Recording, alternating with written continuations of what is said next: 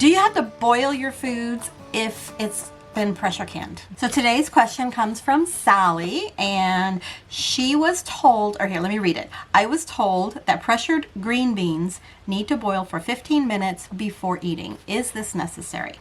So Sally, it used to be recommended that you always boil low acid foods before eating them. The theory was that it gave extra protection against botulism. And I'll put some links to all of this below because you're going to want to know more about botulism and all that. But the recommendations have changed, actually. As long as you are certain of a few things, then you don't have to boil your foods before you eat them. So let me go through the list. I got a list here because otherwise I'll forget something. And it's important. You do have to make sure all of these things are correct. So the first is that the food was processed according to updated, tested procedures. You want to watch your jar size. You want to watch the processing time, the altitude adjustments, if depending on where you live, the style of pack, was it a hot pack or a cold pack?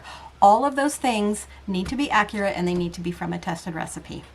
If those things are so, then you're good. You also need to be sure that the jar is still sealed and the vacuum is present. So check your seal when you take the jar out of the pantry. Just check that seal and make sure it's tight. When you open it, you should hear like a kind of a slight sucking sound. It's not always real loud, but if something spurts out, then that's probably not a good seal. If the seal is good, then you're okay. No obvious spoilage is present. So you know, if you see mold, or if you see, it's fermenting, it's bubbling, it looks nasty, boiling it for 15 minutes is not going to fix that. So if no obvious spoilage is present, then you're good. That's it. Those are the main things. So you really have to know how the jars were processed, whether they were processed correctly, and then you're good to go without boiling extra.